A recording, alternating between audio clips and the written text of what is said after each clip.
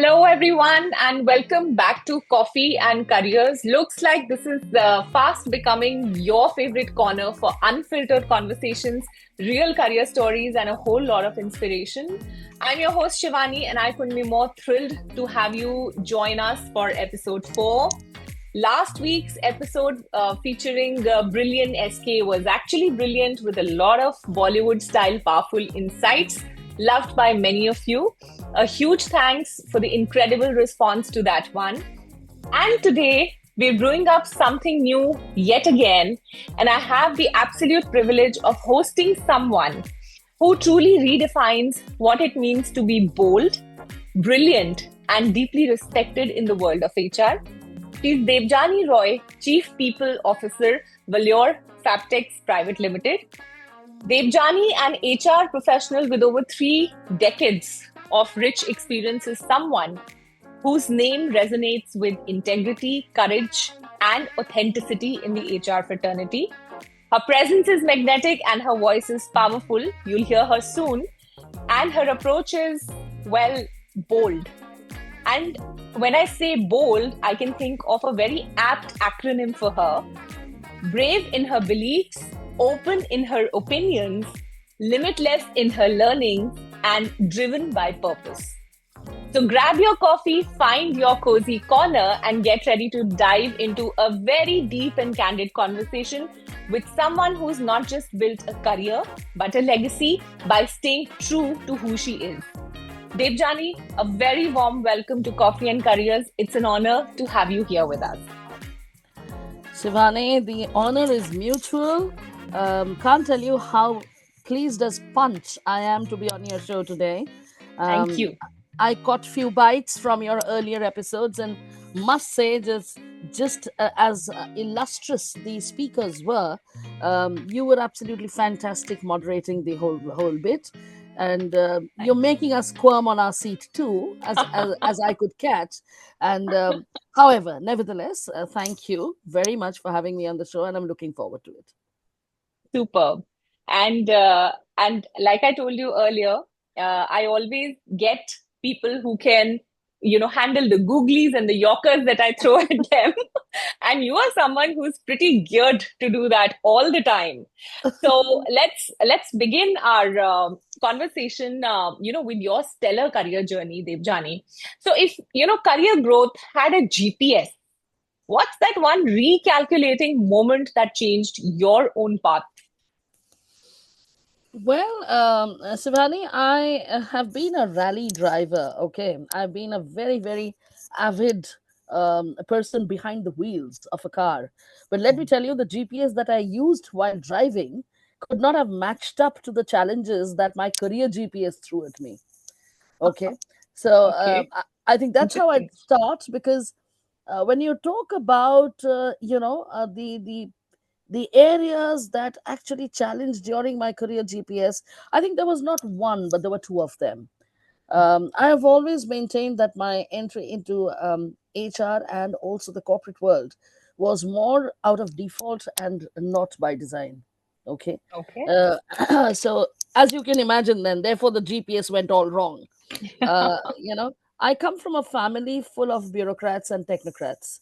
So Hmm. when I was growing up and I was an only child of my parents, it was sort of a done deal. It was expected that I would also go the civil services way because that was Hmm. the that was basically the talk in the Yeah. family all the time. And by the grace of God, I was quite an accomplished student in all Hmm. humility. So it didn't really look like something impossible. Hmm. And I charted my career, took my subjects, made sure that I was going the right way. But in our times, those were different times. Yeah. I'm not sure whether today's generation can even relate to something that we went through when we Hmm. got into college and the terrain completely changed. So when I Hmm. was in my second year of my graduate studies, doing Hmm. history honors in Lady Shriram College, Hmm. I had already appeared for my civil services and I had cleared the prelims. So I was Wow. actually gearing up for the mains, and Hmm. wham, what do you have? You have the Mandal Commission report coming out. I Ah, don't know if you're aware of the Mandal Commission. of course. Yes. Reservations for Of the course. first time, Yeah. sweeping Indian polity and Yeah. society and economy. Yeah. and I was a student activist. Hmm. Okay, I got into activism full fledged, full Wow. throttle, This and was way back in 1990, I think. Mandal Commission came out in 1990. yes, Yeah. you're right. So I was in my Yeah. second year in 1990. Okay. I did my Okay. graduation in 91. Okay, passed Great. out. So 1990, I became one of the student presidents of the Hmm. morchas and the Hmm. the marches and everything. We get out the parliament.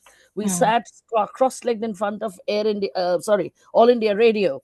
Hmm. There were cannons, water cannons thrown at us. We were Hmm. lathi charged. It was the most awesome activist period. But Hmm. in that entire period of student activism, I think I miscalculated. Okay, Mm-hmm. and what I did not understand, or what I did not know, perhaps in all clarity, was Hmm. that if you got yourself embroiled into a police case, Hmm. you could no longer move into the civil services. Yes. They wouldn't Yes. allow you to sit for the exams. Okay, Right. and Hmm. when I came to know of it, it was too late, because I had Hmm. courted arrest during the time when the water cannons were thrown, and we were six of our student leaders who were actually, there was an FIR lodged against our name. So what happened was, once that FIR was there, you Hmm. know, the whole Yeah. plans came full circle. I Yeah. was told in no understated terms that I could no longer appear for the mains. Hmm. You can't Very imagine, Sivani. unfortunate. Yeah. Very Yeah. disappointing it must have been. Disappointing. My dad stopped talking for me. He didn't speak to me for about Hmm. 6 to 7 months. And it took a Hmm. long time for me to sort of, walk up to him and have the courage to say, that I'm Hmm. sorry. I probably should have paid cognizance to the fact. But we were so, Hmm. I would say, naive in our own ways. Yeah. Ours was a generation which had no smartphones. We Yeah. hadn't seen the light of the day. We had no Right. internet. Okay. We still had the Hmm. black colored ringer telephones, which Yes. we used to dial and book a STD for 24 hours, Yes. okay, to Yes. come through. So while we were smart in a limited way, we were Hmm. hard workers, we were smart workers, and all of Hmm. that, but we were also naive and innocent in a great deal. Hmm. So we Hmm. never sought out Hmm. knowledge beyond what was required. Okay, Hmm. and the awareness was quite limited at that point of time, Hmm. but Yes. accomplished students. So Hmm. that was Hmm. probably the first GPS which took me into that particular third road of the crossroads, whereas I Hmm. was supposed to go the second. I was supposed to take the second exit. That's a big Okay, one. That's a that's a big big detour. one, big one. Yeah.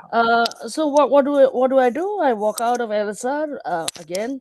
I was number two in the Delhi University in rank Hmm. with history honors. One of the few with first division, high first divisions in those days.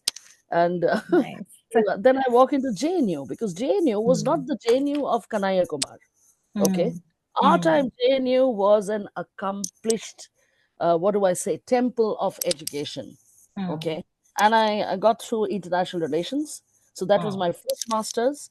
And Okay. people like K.R. Narayanan, the president of India, was President. actually my professor who taught me balance of Awesome. power. Very Okay, nice. and you had Muchkund Dubey, who was the sitting ambassador to the US. He was also one of the professors I had. Kamal Hmm. Mitra Chinoy, who's today one of the largest leaders of the CPIM. He was one of my professors. So the Hmm. luminaries. You had the Hmm. luminaries, and walking down the portals of JNU and being Hmm. taught by them was a big deal. Was a Hmm. really big deal. Um, I Absolutely. I topped in international relations. My Hmm. CGPA was 7.65 out of 8. Uh, Wow. so I was given the opportunity to sit for the MPhil PhD scholarship, which was the Jawaharlal Nehru Trust Scholarship. It was a Hmm. big one.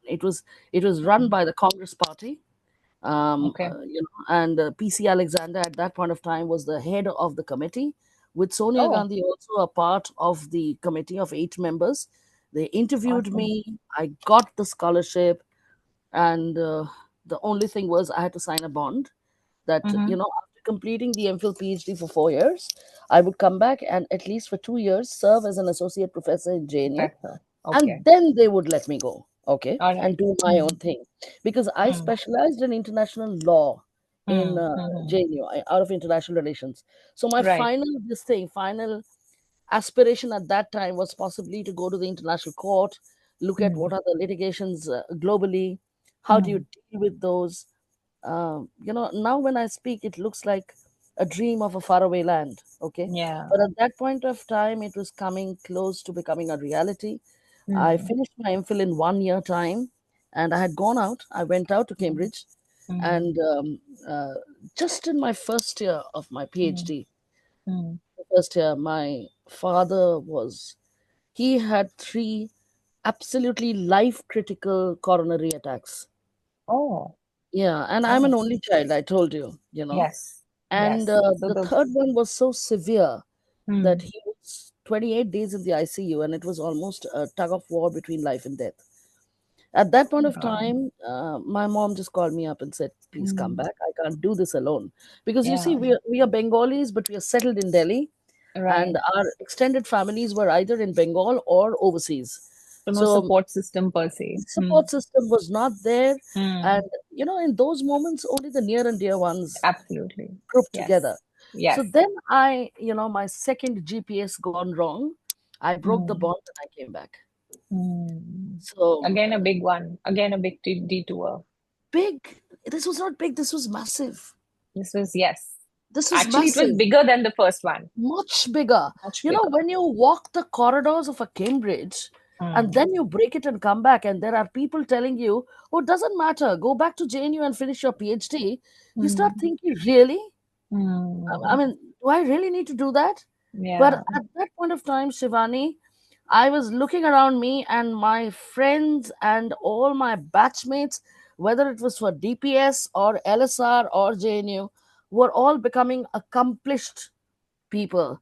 Many had Mm, gone into the civil services, many had gone into the mm, army, there were mm, engineers, there were doctors, everybody had some career or the other to look forward to. And I was this golden academic person, so mm. called, with no professional qualification and nothing completed as of then.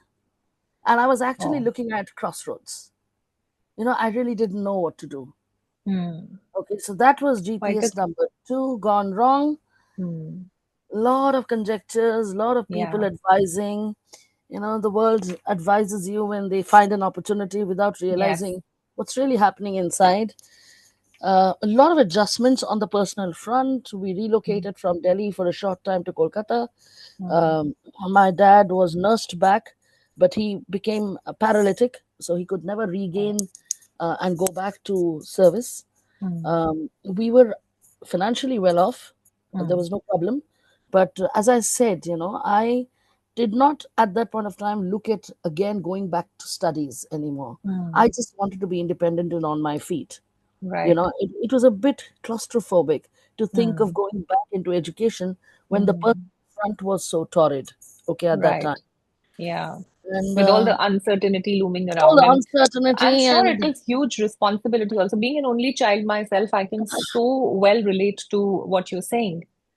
yes, It's a whole lot because of responsibility. my mom's Yeah. always been a homemaker, okay. Mm, So while she was a brave lady, but mm. then homemakers are not adept at Yes. going to the bank, calling the Absolutely. electrician, Yeah. Yeah. the changes in society, dealing with them. And I suddenly, became the quasi head of the family along with Mm, my mother. So responsibilities, accountabilities, all yeah. overnight changed. Yeah. And And you for suddenly grew up. I It's grew that up. moment when you grow up. I can I'm so understand that. beyond my time. Okay. Yes. And one of the things I steeled myself into is, I realized that friends and family can only do that much. Yeah. Okay. You had to True. stand for yourself. You had to make do with what you had, and you had to create something out of it. There were no free lunches, there was no charity happening. So Yeah. you couldn't really look towards anybody else to do something for you. Yeah. So I learned that very early in life, believe me, Mm, Shivani. So, mm. I became this person of steel. Hmm. and I said, okay, let's start it all over again. Because you don't have then any there's no other way. No, It's there's no it's other a, way. Charles Darwin theory of survival of the fittest. Survival It's of the actually a fittest. fight for survival. There is no other Absolutely. way. Absolutely. And the animal kingdom is not a very, very easy to, It is not. a world to maneuver, let me tell you. Yes, So I I had agree. my mom backing me and saying, do what your mind and heart tells you. Do what Hmm. you have your mind into. Okay. You don't have to Hmm. listen to others, but do what you think is right. So, Hmm. there were these all India entrance exams, Hmm. okay, for first class graduates. Imagine. I was an Hmm. award winning postgraduate, but that Hmm. didn't mean anything when I was sitting for Hmm. these exams. There were Hmm. probationary officers for banks. Yeah, yeah. Okay, then there was Steel Authority of India, there was National Hmm. Aluminium Company, all these PSUs, the Navratnas. They would have these, big schemes for GTs and Entrance. MTs. Yeah, Okay, and I just started sitting for those open entrants. I said, I need to get on my feet at the earliest. yeah. And I got through Steel, I got through Nalco, and I Hmm. got through Canara Bank PO. Somebody told me that, bank, honestly, I didn't like it. But at that point of time, Hmm. I was looking for options. Let's put it And that these way. were PSU banks. These were There were PSU banks. nationalized banks. Yeah. Absolutely, yeah. So Steel gave me a posting in Bokaro, Hmm. and Nalco gave me a posting in Bhubaneswar. So Hmm. that was also the first time that up after the Cambridge stint that I went out of home, and this time Hmm. I became a professional in a sense that I was Right. You were working for the working. first Yeah. time. Yeah. Stipend of 3,600 rupees as a management trainee. Which was Okay. probably a good, reasonable amount at that time. Probably. Yeah, but now when I say that to my daughter, she doesn't know whether to laugh Oh, or to cry. there's no context. No, so and we did a I there was nothing like HR anywhere. There was no Hmm. HR. It was It was personnel. personnel. Yes. It was personnel. Yes, yes. So and we had a brilliant that's what I tell a lot of people. Don't underestimate the public sectors, Hmm. because sometimes they give you a landing which no other can. Yeah. And that's where I will tell you something. I mean, and that happened in my life so many times, Shivani. Hmm. When a door was closed, another Hmm. two got Another opened. opened. Yeah. Okay. Opportunities wise, Yes. definitely there is. Yes. I've And seen, my father-in-law's worked with Indian Oil, and the kind of experience he's had in those 35 years, from HR to commercial to marketing to sales to finance. I mean, today, if he wants to run his own business, he would be a very accomplished, he's well equipped. entrepreneur, well equipped to do Absolutely. it. Absolutely, and Absolutely. that could be possible only in in a PSU which had those kind of opportunities to offer. So So, I totally agree with you on that. it's so good that you mentioned this, because so now flashback to only a few years back, about 7 8 years back, when I was still full time into the corporate roles as a Hmm. CHRO. Hmm. I was doubling up wearing two hats. So there Hmm. was a CHRO hat, and then there was a business leader hat. Business. I was Yeah. part of the CEO steering committee in the Hmm. last two of my stints, and that happened Yeah. primarily because of the learnings I could gather right at the start of my career. True. Like in Very true. Nalco, they rotated us in all departments. There was an Right. 11-month apprenticeship Yeah. program, Yeah. management traineeship program, which was to die for, let me tell you. Yeah. So, whether it was production, quality, marketing, finance, personnel, we had a look into everything. Yeah. And then Yeah. we had an assessment center on the 12th month. Hmm. And you know what? When I had my assessment center, my director personnel, he asked me which department and where do you want to be posted. And very naive again, I said marketing. Okay, Hmm. because I was only familiar with marketing. My dad Hmm. headed sales and marketing in Hmm. pharmaceuticals throughout his Okay. career. Okay, Sanamide Letale, and then Sandoz, and then Wokhard, and then finally ran Baxi. So Okay. I was very familiar with the marketing thing, but Hmm. what I didn't understand was the difference between consumer marketing and industrial marketing. Yeah. So the director asked me, "Are you sure you want marketing?" So I said, "Yes, sir. I think it's very exciting." He said, "Aluminium ingots. That's the Hmm. product of Nalco. Hmm. Ingots, this thick bars, and you Hmm. have to go into industrial towns Hmm. deep inside, where it may not even be safe for somebody like you. Yeah. And how would you do? You really think this is soap and shampoo?" Hmm. I think you need to understand that this marketing is not probably what you're thinking of. Hmm. Again, inflection point, Yes. maybe not a Yes. major GPS story again, but a minor one Yeah. Minor nevertheless. one. Yeah. Yeah. So then I said, okay, Industrial sir, marketing is a totally different ball game. For the people altogether. who think marketing is very fancy, try doing a B2B, and especially in a manufacturing Oh, setup, try doing marketing, my and God. and you will be up for a lot of surprises. So then I completely gave myself up to him. And I Hmm. said, sir, if it can't be marketing, you tell me, what Hmm. should I go for? Hmm. So he made a very funny statement. He said, we've observed you in the 11 Hmm. months. You're very good with people interactivity. Hmm. Okay, you speak to seniors the way you speak to even a photocopy operator. And you have this skill, the gift of the gab. You can engage, okay? You can talk in different languages. You have a natural penchant. You've learned Oriya. Okay, so I learned Oriya in 6 months flat. Wow. Okay, Mm. because I was That's going. the key. I think that's the key. That is what I think that was the I would say it's like a precursor to you being successful in a people's role, because the moment you can relate or talk to somebody in their local language, there is absolutely a beautiful bridge that you sort of slowly tread on, and you cover that bridge. It's a I know true. you would have started it with your marketing stint because of your marketing stint, but actually it would have been a blessing in disguise to succeed in the Absolutely. HR role, No, it's the right? true transition. You Yeah. see, I was known as this lady from Delhi, behaves differently, eats differently, kanta chammach ke saath khati hain. And in the Hmm. Eastern world, it's not like It's all that. with hands. Yeah. It's It's all all in with hands hands. because you Yeah. eat rice, okay? Yes. And though I'm a Bengali, again, East, but I grown up in Delhi, so In my Delhi. habits Yeah. were like that. So, Yeah. and I was posted in a smelting unit, for God's sake, where there Hmm. were 8 recognized unions, Hmm. and one of the Hmm. unions, was led by the Congress henchman KP Singh Deo from Anagul Hmm. district. So Hmm. I didn't know what hit me. Oh. Nobody would even speak to me. And then Yeah. I realized, and a couple of my friends in the management traineeship batch only counseled me and said, Deb, go and learn the language. Hmm. And it was a beautiful transition.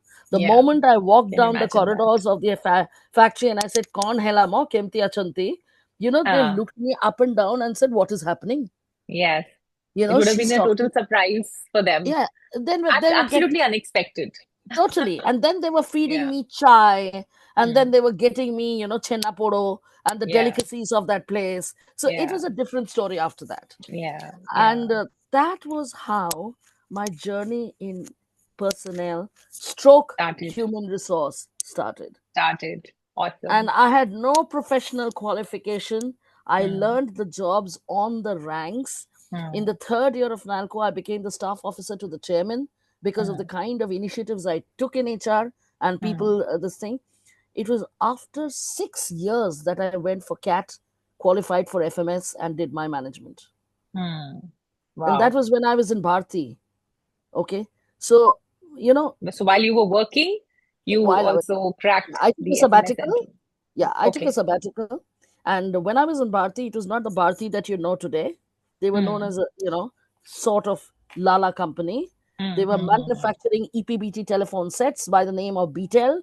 Airtel Yeah. had not even been launched. So I was the Yes. first Airtel member came of much this later. Mm. much later. So I Mm. was the first member of the corporate HR. Okay. And I was sitting in the office, which was below Sunil Mittal, Rakesh Mittal, and Rajan Mittal. And they were Mm. not what they are today.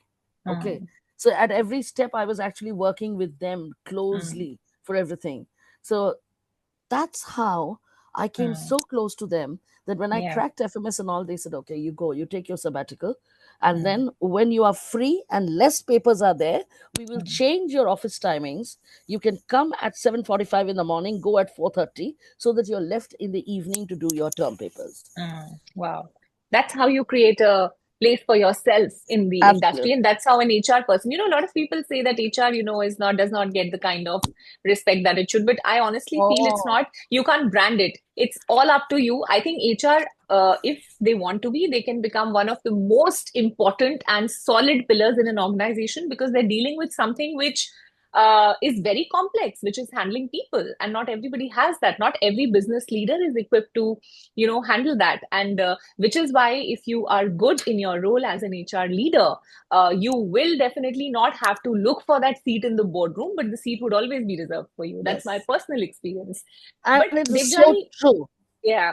Devjani, one more key insight from your journey, I think for a lot of people to learn is that, you started off with marketing, you went into HR, perhaps by design, not by design, but maybe by luck or a stroke of, opportunity that was existing at that time.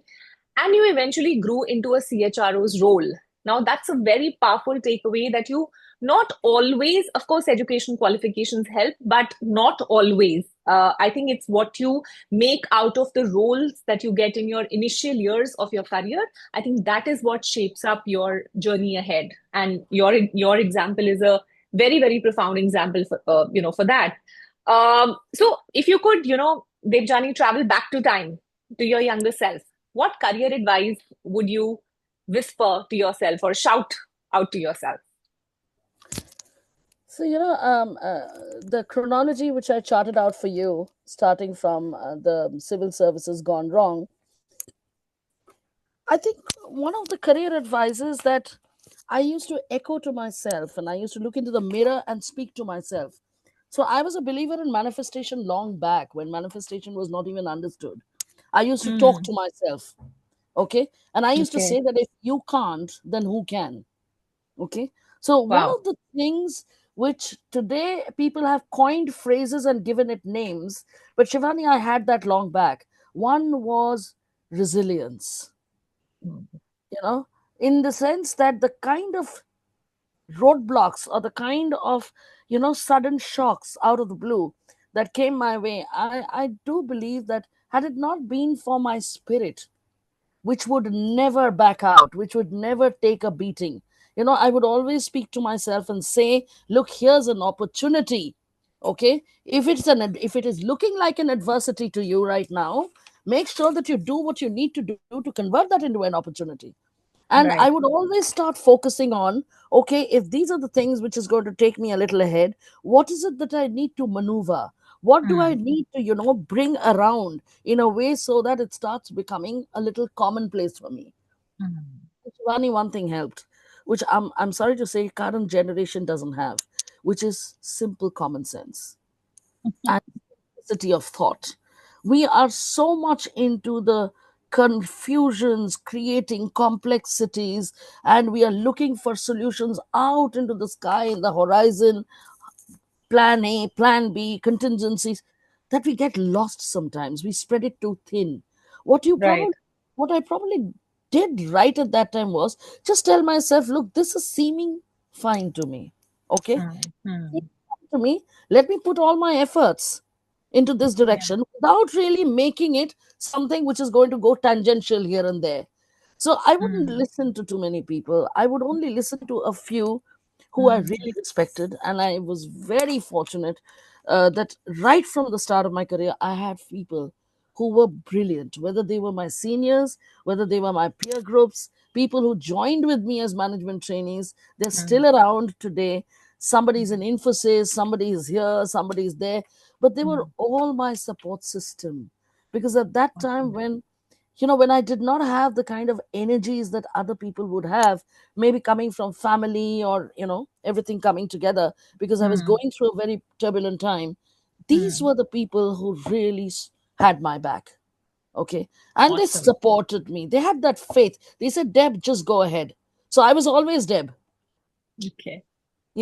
I mean, till date, my Mm, close people always call me Deb. So they used mm, to say, Deb, just go for it. If there's anything that you need from us, let us know. If it's possible, we'll do it. So somehow my no nonsense character, mm, I mean, I was always, what you see is what you get. I mm, wouldn't play to hidden agendas. And mm, I hated pretense. I mm. hated pretense then and now. Yeah. Okay. And it has stood me well. It has Mm, actually paid the right kind of dividends to me. Okay. awesome. Because I've had adversities. I've had Mm, people who are naysayers. I've yeah. had people with whom I haven't had a very good relationship. but at the end of the day, there's been unstated respect somewhere. You Hmm. know, Of course. love Yeah. it or not love it, but Hmm. you can't ignore it. Absolutely. And that's the signature Debjani style that I have seen for so many years myself. We've had conversations earlier as well, and I've always seen you, living up to this. And that's how I introduced you also. That acronym for BOLD totally, totally Oh, suits you. you've killed me with that. That was the idea. That You was to live like, up to it now in the conversation. it's going to be a big piece. Right. But thank you so much. Those are very kind words, Shivani. Very But kind words. it was all said from the heart, and it's something that I've experienced it over the years with you. The no Mm. pretense part. Yeah. Uh, and what I just loved what you said is, if you can't, then who can? That was a very powerful statement, and I think that's the self-talking that a lot of people need to keep doing to themselves. I won't comment on what this generation has or what it doesn't, but I think one thing that needs to be really cultivated in people who are working in today's corporate world is patience and resilience. And being associated with different corporates in an advisory role, in an HR advisory role, I have seen it so many times. The most brilliant of the professionals, most brilliant of leaders, struggling with resilience. One failure, and they're like, "Oh, all hell has broken loose. What do Yeah. I do now?" They're all Yeah. in, running here and there. That's not what is going to take you up. That's not going to help you, anywhere. And I think that's one quality of the leaders that I have had on this podcast also, whether it is you, whether Brilliant or Sunam or Gauri, and the ones who are scheduled to come. I think resilience, all of them. See, it is obviously it's like living in a fairyland. If I say that today I'm the CEO of a company, but I've always had a bed of roses, or I've always had a very, very cool, journey. So what people see is the tip of the iceberg, okay, and what happens underneath the water is, the more stronger that underneath part is, Yeah. the more shining part you will see at the top. And that is the reality, and that underneath path is strong because of the resilience, because you chose not to just give up, go into scampers, and just have that victim mindset. I think it's always been that fighter mindset for you also, and I think that is what probably has taken you to where you are today, and that's why we are here talking. Now, I'm talking about, I just said that leaders who've come on this podcast, and including you and myself, we've always at some point in time faced career stagnation. It is for real. It happens to everyone. And Devjani, you're a very respected mentor for many aspiring professionals, many senior professionals. So, what's that one piece of advice that you would like to give to anyone who's feeling like they're, running on a corporate treadmill, so to say, but not going anywhere, like a typical treadmill? Yeah, yeah, and this is happening very much around you. Okay, as you know, when you see, and it's not typical of youngsters. It's happening to midlife. It's happening to Right. people with very senior mindsets. Yes. When you're on a treadmill, the speed keeps increasing. You start with a certain pace, and then you start increasing it, and beyond a point, you're taken over. You're swamped by the motion, Yeah. and you let go of the things that you need to concentrate on because the speed has taken over. My Yeah. biggest worry is when you're running a treadmill continuously, what you don't do is pause and take Hmm. cognizance of what you have. Are you consolidating on what you've built? And are you taking care not to repeat mistakes from what you've already faced? And therefore, you're regrouping yourself, your reserves, your competencies, your abilities, and at the end of the day, just sheer willpower to be able Hmm. to take the next step by putting the best foot forward. I Hmm. don't see that Excellent happening with answer. people, as you rightly say, they're running. They're Hmm. running. See, I have nothing against high aspirations. Hmm. I teach in 3 business schools. So I have Hmm. this huge group of student community. Hmm. They're all in their first or second years of management studies. Okay. Hmm. And their first question is, ma'am, nobody's kind to you. Nobody's Hmm. kind to you. Everybody's out to get your goat. How do we Hmm. survive in this, dog eat dog, cat eat cat? So my first point is, why do you always externalize the locus of control? Your Yeah. locus of control has to be within you. As long as the locus of control is in your hand, you will have the reserve to do what is right. But the moment you externalize it and start looking at putting the blame on something else, whether it's a circumstance, whether it's the environment, whether it's the culture or the people who make up that environment, you would have already given half the advantage away. Because at that point Hmm. of time, you are flitting between the negative and the positive. That's not Hmm. how you regroup your resources. So, Hmm. one of the first things when on a treadmill is to sometimes perforce switch it off, allow it to Hmm. come to rest for, rest slowly but steadily. Hmm. Take a few pauses, Hmm. breathe easy, regroup yourself, and then charge back. In the process, learn from what you did not do right, and make sure that you now focus on something which is going to help you do things better. So that would be one advice that I would give to people. Very powerful advice, very relevant advice, and very well thought out advice, I would say. What you said about just running on the treadmill and not taking the time to pause and reflect, that's the key. And I would like to add here that when you pause, take a pause to understand that why is this stagnation happening with me? And a lot of times you would find that you yourself are responsible for it and not the That's right. environment around you. That's And what I that meant by happens. locus of control. Yes, Yes. yes, absolutely. And that happens when I don't pause and I don't reflect on the fact that am I keeping myself relevant for my ecosystem? Or am I too much into my comfort zone and I'm happy doing my 9 to 5 or 9 to 6 job? I don't want to take any extra initiatives. I don't want to get involved in, what's happening around in the company in terms of initiatives, in terms of strategic projects. Am I the one who's taking a backseat there?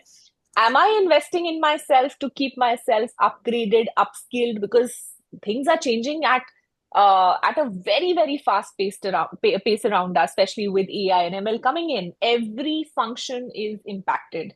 So I may choose to have like I said earlier, the victim mindset that, oh, AI is coming, my job is in danger. Or I may say, aha, AI is here, my job will be better because here's an enabler for me. So it's my choice whether I want to look at AI as as a deterrent for my job or as a threat to my job or something that will enhance my skills further and help me do what So I'm I doing better. so I completely resonate with your proposition, because it so well exemplifies what I also said at the start, that there are going to be adversities. Okay. Yes, But the point is, are you looking at it as an adversity, or are you converting that into an opportunity? very AI true. AI can be your nemesis if you want to look at it as an adversity. But Yes, AI can be your golden door to an opportunity if you want to harness the strength and keep the downsides out of the way. Okay? You have to know how to strategize and put it to good use. At the very end, true. everything has its good and bad. There are always two sides of the coin. It's only Yes, what is the choice that you make, and do you have the discerning ability to see through what works for you? That's how absolutely. you take your next step.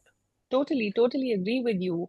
And in fact, so I always feel that career stagnation, yes, to some extent can happen because of the environment around you, but most of the times, if like Debjani, you said, if you stop, you pause and you reflect, you will see a lot of it has got to do with yourself. So, are you really challenging yourself enough or not? Devchani, that brings me to an important point of networking today, because you know what people usually say that for an extrovert like you or me, it would be very easy to network. But what if, I'm an introvert, talking to people does not come naturally to me, reaching out to people does not come naturally to me, and I don't have the gift of gab. So often I go wrong there. So what's your advice for people, especially introverts, on how they can, network well, and when I say network, it doesn't mean asking for a job or asking for a certain favor. A lot of people go wrong there. They equate networking to asking for business, while it is not that at all. So, what is your advice for people, especially people who don't have it naturally coming into them, but it is an integral part in today's world? So, especially for the introverts, what's your advice? And there's no running away from it. Okay, Yes, there's no running networking away. is absolutely, yeah, it's absolutely critical. introvert, extrovert, loner, garrulous, whatever you may be, okay, whatever be your principal personality, networking is an art, okay, Yeah. but you need skill to perform that art. You need a skill, fair amount of skill. So what does that Yes. really mean? That means that even if you're an introvert, you still have to work on yourself. To me, Very true. networking has a very different meaning altogether. Networking is not opportunism, like you rightly Correct. said. It's not converting that into an opportunity to say, okay, if I look up that guy in that event, then possibly it could open a few doors for me. It's not that.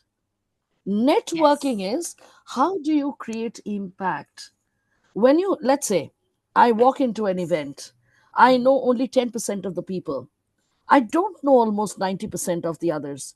But when I walk through the doors, at least those 10% of the people who are there present turn towards me, and there is an arched eyebrow, there is a half smile on the face, and there is a welcome because they like the fact that I'm going to be present with them at that point of time, which means that you've struck the right chord. That's True. networking. Yeah. Networking is creating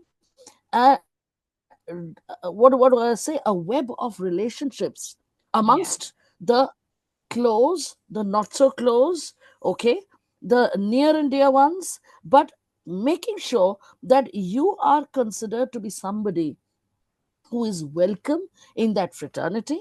When you speak, people listen to you. When you walk in, there is a respect in the air. And when you finally say your goodbyes, they're asking you, when do we meet next? So, Very true. Shivani, when I go and talk to these girls and boys in the B schools that I teach in, one of the things I always tell them is build your personality up. Okay, Yeah. create an aura around yourself so that when you open your mouth in a public place, every word is spoken in a manner which creates a meaning, which lends a meaning and creates an impact. So that people say, wow, what a way to hold your own. Yeah. That's when your networking comes easy. After that, Yes. you don't have to even ask for a job, you don't have to Yes. push for it. It Yes. automatically starts translating into one. Very true. Very true. So go I for networking, but not opportunism. Absolutely. And I totally resonate with what you said, Debjani, about, it's not that I honestly feel that even if you're an extrovert, networking does not just mean going up and saying hi to people or just being easy with words. It does not mean that at all.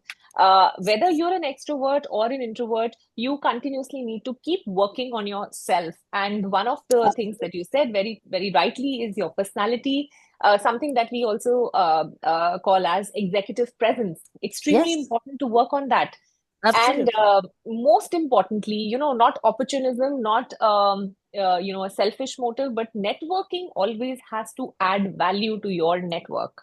That is when you go really, really successful with networking, because it's not about what's in it for me. It's about what's in it for my network, what's in it for the people who are in my network. And the more you give, and I'm talking from experience, the more you give, the more comes back to you without even asking for it, because people see you as somebody who's always adding value. People see you as somebody who's not only reaching out at the time when you need something, but you genuinely have an intent to build relationships. And honestly, work or jobs then flow. You don't have to make that effort. And executive presence, definitely, I would say that's number one factor in building your networking skills. So a lot of inputs there for everyone. Debjani, we're running short on time, but we have time for one last question. So, what's the best career advice you received? Something you'd like to share with our audience today, especially people who are in the market looking out for jobs, people who are stagnating in their careers, or people who are continuously on that treadmill, like we spoke about, and not knowing where to go. What is your advice for them? Something you got I as an think advice when you were in your formative years. I think a few things, a few tips and quick ones. Never put brakes on yourself. Never put a Hmm. brake on yourself. Okay, you've got to keep moving. And when you say you got to keep moving, you've got to keep moving with the times. You've got to Right. skill up. You've got to take advantage of what's happening around you. Yeah. You have to make sure that your confidence is always in the right place. Okay, Mm. you've got to be street smart. You've got to think on your feet. I think Yeah. these are some very simple things. Okay, Yeah. you don't really need jargons. You don't need attitude. You don't Yes. need egos in order to master these skills. These are Yes. very simple, but you get them right once, you get them good for life. Let me tell you. Excellent. So anybody Absolutely. who's starting off today, keep the egos for later. Okay, bring the attitude only when it makes a difference. Okay, Yeah. otherwise it can be a major showstopper. Okay, Right. and cut the jargons, please, because Mm. the true people, the real people, will always see through that. So don't throw Yes. those around. Be simple, be grounded, build your personality, be confident, and make sure that you always put the best foot forward. So Absolutely. again, that same thing. Don't be in a rush. Take a pause, regroup yourself, Yeah. think about what went right and what did not go right, and then go with another advantage to yourself. Excellent, excellent inputs, and a lot of value there for the people who are absolutely struggling with all this. I would like to just add one more thing. So, there is no substitute to hard work. I said this earlier also. A lot of people feel, and a lot of youngsters today, I see throwing the word smart work. Smart work comes only when hard work has done its job. Guys, please get it right. Smart work comes into play only when you are done with your hard work and you are so good at your craft that you know that there's a better way to do it, there's a shorter way to do it. I can do what I was doing 5 years back, which took me 1 hour, something that took me 1 hour to do, probably I can do now in 10 minutes. That's because your hard work over the years has paid off. So there is no substitute to that. And I think when you're good at your work, when you become the master of your craft, the confidence comes into it and it projects in your Automatically. conversation. And then Automatically. you don't have to make an effort to No. sort of go look for a job, sell yourself. Your work does the talking for you, what you've built for yourself over the years. Great, Debjani. I've really enjoyed this conversation. I wish we could continue because you and I, of course, can keep having chats for a long, long time. We've always enjoyed that. But thank you so much for joining us today and sharing some really, really powerful, practical, and very straight from the heart insights. You do continue to live up to your image of being bold. I personally enjoyed our conversation a lot, and I look forward to having you back again soon with us on another topic. As we wrap up today's episode, I want to leave our audience with just one thought that your career is a journey, it's not a straight line. And sometimes the journey hits a pause. It should hit a pause also, like Debjani also said, pause and reflect. So, whether it's in the form of a career stagnation or repeated rejections or just not knowing what's next, and that's where we at Positive Vibes can help reignite your career clarity with personalized mentoring. And most importantly, prepare you to ace interviews with the confidence that you deserve. So let's turn that rejection into redirection or re ejection and that stagnation into growth. Feel free to reach out to us. Thank you once again, If I may, Debjani. It was a if I may brilliant just episode. take, if I may just take 30 seconds. Yes, uh, please. I'm a great believer in Swami Vivekanand. You know what he Okay, says? He says something beautiful. He says, "Don't stop talking to yourself, because if you do that, you may yeah, just miss out on hearing somebody very intelligent." So, absolutely. so whether Wow. you're listening to other people, whether you're going to the gurus and the saints, make sure that you also are speaking to yourself when you have that little time, because there's a wealth of goodness, there's a wealth of knowledge sitting there. Thank you, Shivani. Excellent. It was amazing to be on your platform, and I look forward to hearing some good things again from here. Thank you. And the pleasure is totally mine. And I'm sure audience today found a lot of value in the conversation that happened with you, Devjani. To our audience, thank you for tuning in and see you after 2 weeks with another exciting session with another power speaker. Keep growing, keep thriving. Bye bye. Thank you. I'll just